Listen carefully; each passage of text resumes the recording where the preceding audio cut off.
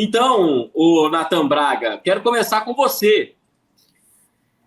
Bom, é uma contratação que é midiática, mas não necessariamente uma contratação avaliada em termos técnicos. Porque, vamos trazer a arte aqui, o Dudu vem numa derrocada na carreira dele, tecnicamente falando. E aí, é interessante para o Atlético? Ou só de fazer raiva no Cruzeiro valeu a pena, Nathan? É isso, Lucas. Quero até aproveitar aí que você chamou a arte para colocar ela aí na tela para a gente debater com os números, porque com os números não se discute. O Dudu até 2023, 2022, inclusive, fez uma temporada fenomenal, foi campeão brasileiro. Em 2021, foi campeão da Libertadores, inclusive batendo o Atlético aí na semifinal, né, com o gol dele aqui no Mineirão, mas em 2023 começa até uma derrocada, né, como bem você falou, Lucas, mas é importante a gente lembrar que foi por conta de uma lesão.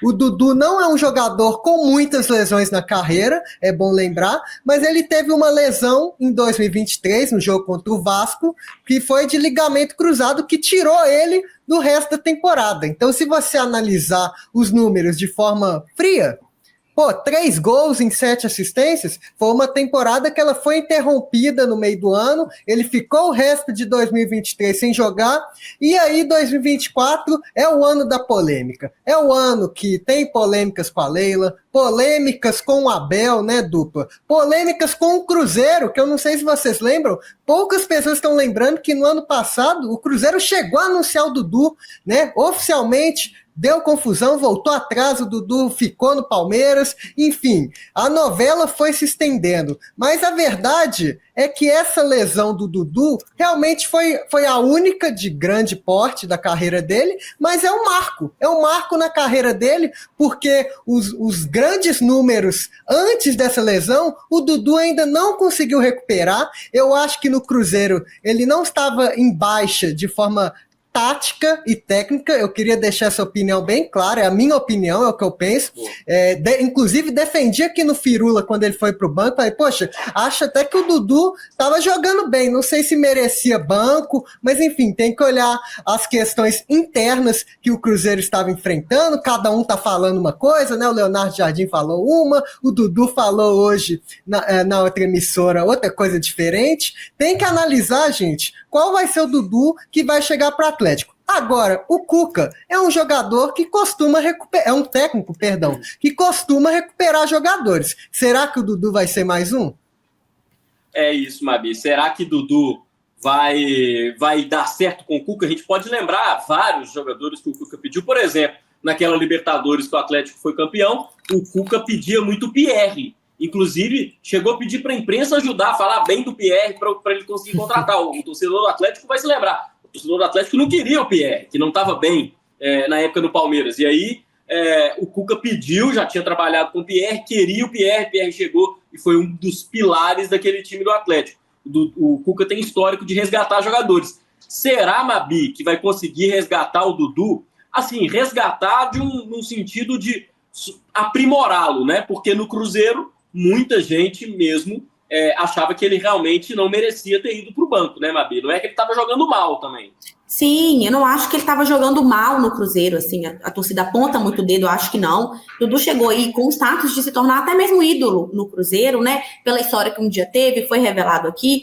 E aí no ano passado teve toda aquela polêmica que ele não veio, então foi a tentativa de fato dele voltar e de reconstruir essa história tão bonita que começou lá atrás pelo Cruzeiro, e começou muito bem. Dudu foi um dos principais nomes do Cruzeiro no Campeonato Mineiro, nessa pré-temporada, que foi muito difícil ainda para o Cruzeiro, trocando de técnico. Dudu teve essa importância. A gente chegou a falar que o Dudu foi um dos melhores jogadores do Cruzeiro até então, desde que chegou, que estava entregando até mais que o Gabigol, né? Que eram nomes mais midiáticos e de quem a gente mais esperava, que era Dudu e Gabigol. E o Dudu veio entregando muito bem.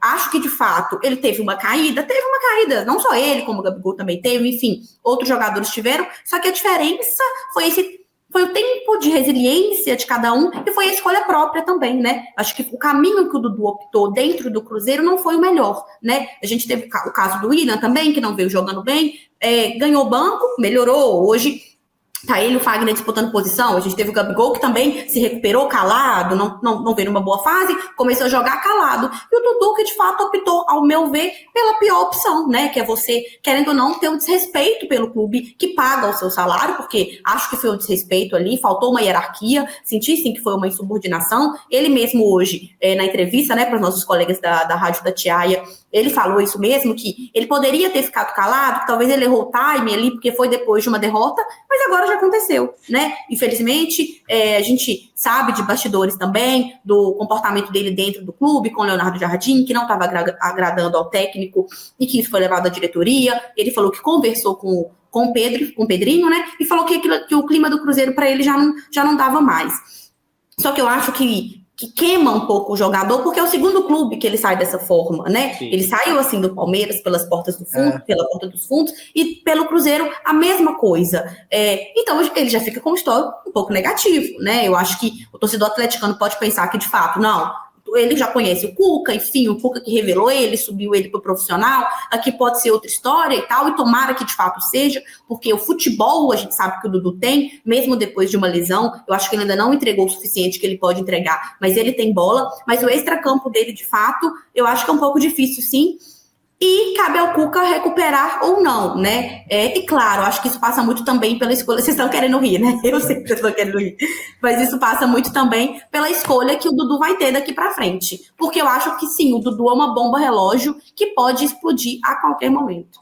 E a gente também tem algumas informações de bastidores de algumas complicações do Dudu com alguns jogadores do Atlético, né, que ele já jogou no Palmeiras, então isso também cabe ao Cuca resolver essa situação, já que ele bateu no peito para trazer o Dudu, que agora ele consiga sustentar.